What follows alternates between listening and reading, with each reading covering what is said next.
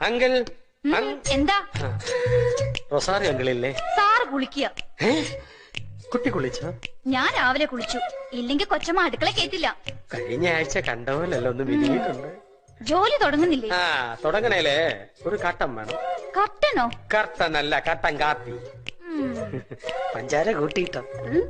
എവിടെ?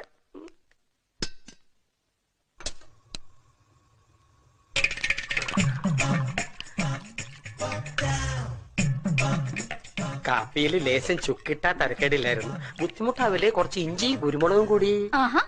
എങ്കിൽ പിന്നെ തനിക്ക് രസം വെച്ച് തരാം. മതി. ജോലി നോക്കടോ. കുട്ടി കട്ടിലാണോ കിടക്കുന്നത്?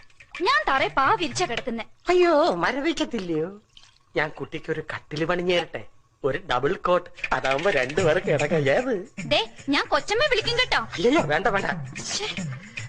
മനുഷ്യനാണ്.